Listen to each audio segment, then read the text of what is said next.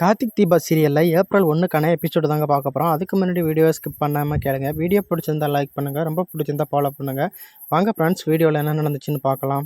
நம்ம தீபா அபிராமிக்காக அங்க பிரதேசனம் பண்ணி முடிக்கிறாங்க. அதுக்கப்புறமா நம்ம நாச்சியாரை காட்டுறாங்க. நாச்சியார் ஒரு கோவிலில் மாலையெல்லாம் திங்ஸ் எல்லாம் வாங்கிக்கிட்டு இருக்காங்க.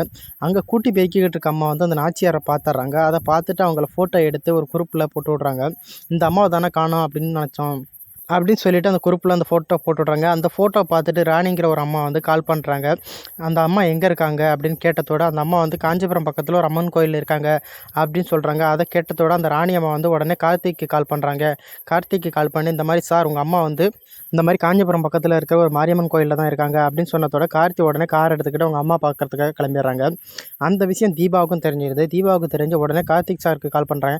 கார்த்திக் சார் இந்த மாதிரி அம்மா காஞ்சிபுரம் பக்கத்தில் இருக்கிற ஒரு கோயிலில் தான் இருக்காங்க அப்படின்னு சொன்னதோட கார்த்திக் சார் எனக்கு தெரியும், நான் அம்மா பார்க்குறதுக்காக தான் போயிட்டுருக்கேன் அப்படின்னு கார்த்திக் சொல்கிறாரு. அதை கேட்டுட்டு தீபா ரொம்பவே சந்தோஷப்படுறாங்க. அதுக்கப்புறமா கார்த்தி காரில் அபிராமியை தேடி போயிட்டுருக்காரு. ஆனால் அபிராமியை கண்டுபிடிக்கிறதுக்கு முன்னாடியே ரவுடிங்க முன்னாடியே போயிட்டு அந்த அபிராமி மூஞ்சில் கர்ச்சிப்பை வச்சு அபிராமியை கடத்திடுறாங்க. இன்னொரு பக்கம் என்ன நடக்குதுன்னா, தீபா, மைதிலி, மீனாட்சி 3 பேருமே ஐயர்கிட்ட கேட்குறாங்க, இந்த அம்மாவை பார்த்தீங்களா அப்படின்னு. அதுக்கு அந்த ஐயா சொல்கிறாரு, அந்த அம்மா கொஞ்சம் நேரத்துக்கு முன்னாடி இங்கே தான் இருந்தாங்க அப்படின்னு. அப்போ பார்த்தீங்கன்னா அந்த ரவுடிங்க ஒரு மூட்டை மாதிரி கட்டி அபிராமியை தூக்கிட்டு போயிட்டுருக்காங்க. அப்போ பார்த்தீங்கன்னா அந்த மூட்டையை மீனாட்சி கண்டுபிடிச்சிடுறாங்க. நீங்கள்லாம் யார், பார்க்க ஒரு மாதிரி இருக்கீங்க, இது என்ன மூட்டை அப்படின்னு கேட்குறாங்க. அதுக்கு அந்த ரவுடிங்க சமாளிச்சாங்க. இது கோயிலுக்கு வாங்கிட்டு வந்த திங்ஸ் இருக்குது இந்த மூட்டையில் அப்படின்னு சொல்லி அந்த மூட்டையை கொண்டுகிட்டு போயிட்டுருக்காங்க. அப்புறம் பார்த்தீங்கன்னா அந்த இடத்துக்கு கார்த்திக் வந்துடுறாங்க. கார்த்திக் அந்த மூட்டையை பார்க்குறாங்க. அப்போ பார்த்தீங்கன்னா அந்த மூட்டையில் நாச்சியாரோட கை தெரியுது. அப்போ உடனே கார்த்திக் பார்த்து சந்தேகப்படுறாரு. அப்போ கார்த்திக் கேட்குறாங்க, டே யாருடா நீங்கள்லாம் நில்லுங்கடா அப்படின்னு சொன்னதுக்கு அந்த ரவுடிங்களுக்கு சந்தேகம் வந்துடுது. உடனே ரவுடிங்க அங்கேருந்து ஓட ஸ்டார்ட் பண்ணிடுறாங்க அந்த மூட்டையை போட்டுட்டு. அப்புறம் பார்த்தீங்கன்னா கார்த்திக் விடாமல் அவங்கள பிடிச்சி வச்சு அடிக்கிறாரு. அந்த மூட்டை பார்த்தீங்கன்னா கார்த்தியோட டிக்கியில் விழுந்துருது. அதுக்கப்புறம் பார்த்தீங்கன்னா ரவுடிங்க ஒரு வழியாக கார்த்திக்டேருந்து தப்பிச்சு வண்டி எடுத்துகிட்டு போயிட்டுருக்காங்க. ஆனால் கார்த்தி அவங்கள விடாமல் ஃபாலோ பண்ணிக்கிட்டே போயிட்டுருக்காங்க. அந்த நேரத்தில் ரியா கால் பண்ணுறாங்க அந்த ரவுடிங்களுக்கு. என்னடா காரியத்தை சக்ஸஸ்ஃபுல்லாக முடிச்சிட்டிங்களா அப்படின்னு கேட்குறாங்க. அதுக்கு அந்த ரவுடிங்க சொல்கிறாங்க, மேடம் அந்த அபிராமி அந்த கார்த்தியோட டிக்கி பின்னாடி தான் இருக்கிறா. அதை கேட்டதோட ரியா ரொம்பவே ஷாக்காயிடுறாங்க.